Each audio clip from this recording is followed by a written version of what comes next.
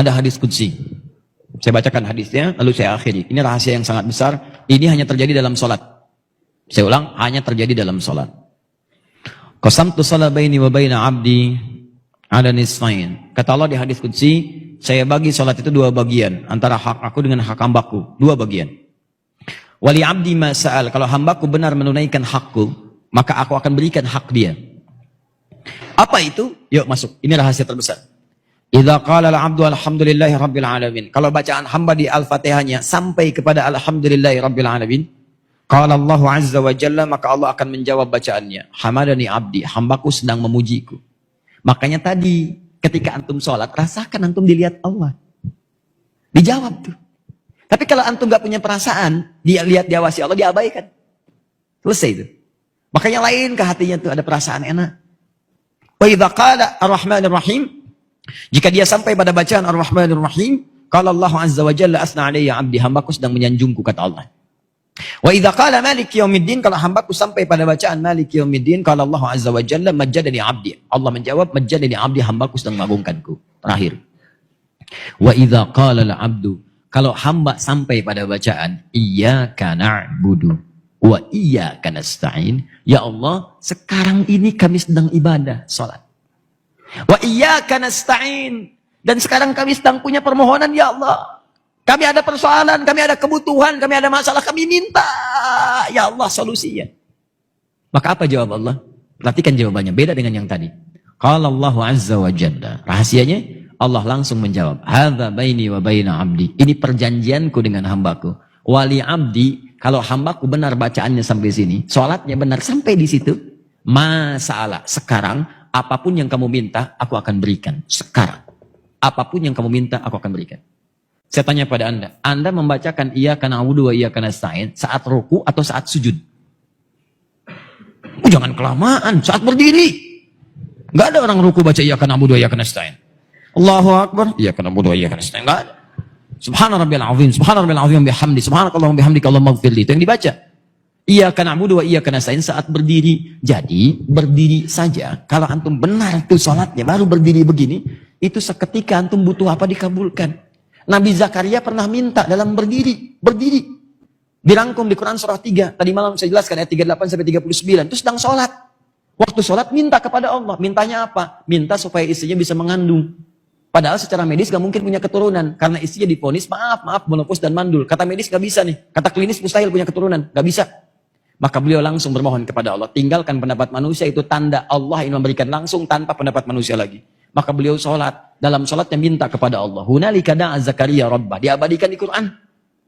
Di mihrab itu Nabi Zakaria bermohon kepada Rabb. Qala Rabbi habli min ladunka dzurriyyatan thayyibah innaka sami'ud du'a. Ya Allah, mereka mengatakan aku gak mungkin punya keturunan. Istriku punya keterbatasan. Karena itu saya mohon darimu saja ya Allah. Engkau pasti mengabulkan doa hamba.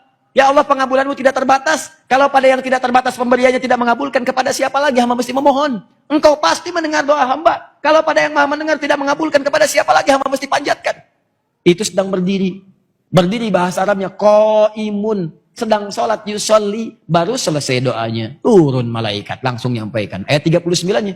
Quran surah 3 ayat 39. Fanadatsul malaikatu wa huwa qaimun yusolli fil mihrab. Annallaha yubashshiruka bi Yahya. Tiba-tiba turun malaikat, nih dijelaskan pentingnya ini.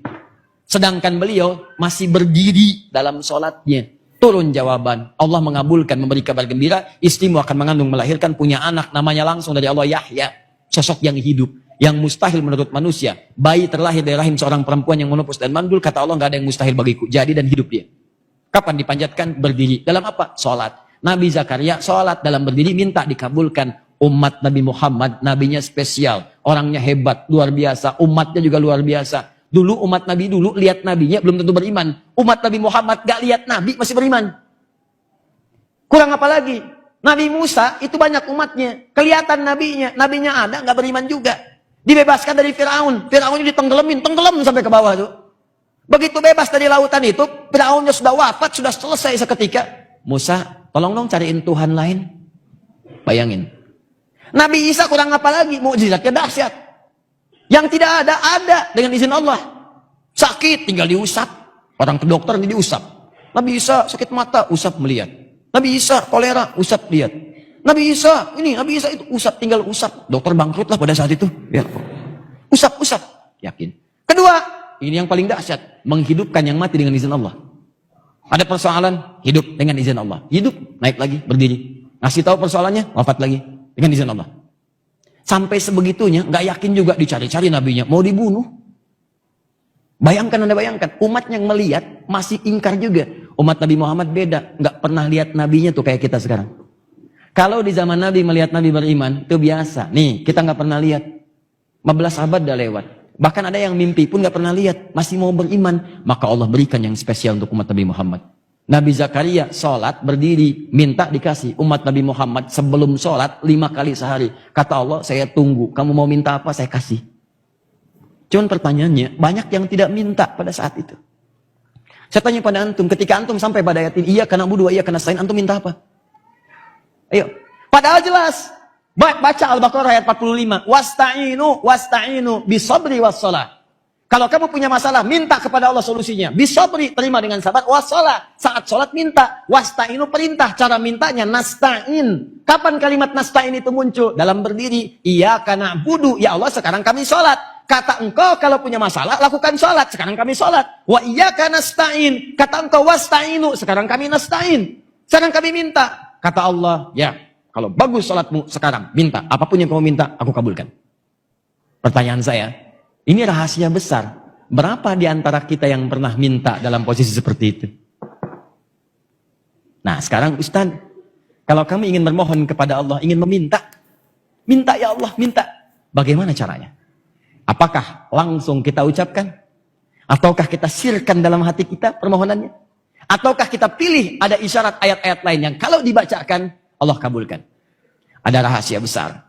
Yang kalau antum bacakan satu kalimat ini, apapun yang antum butuhkan akan dikabulkan seketika. Ketika antum butuhkan itu. Apa bacaan itu? Nanti dalam episode berikutnya kita akan bahas.